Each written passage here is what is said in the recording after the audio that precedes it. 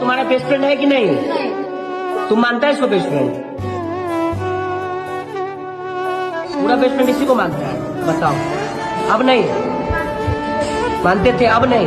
तुम क्यों बोला वैसे, रोने लगा?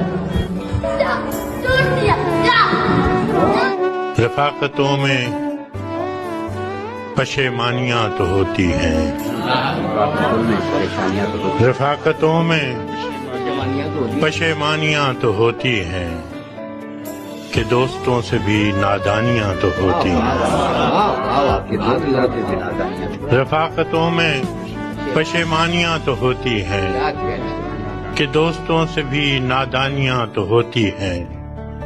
बस इस सबब से कि तुझ पर बहुत भरोसा था, बस इस सबब से कि तुझ पर बहुत भरोसा था, गिले न हो भी तो हैरानियां तो होती हैं।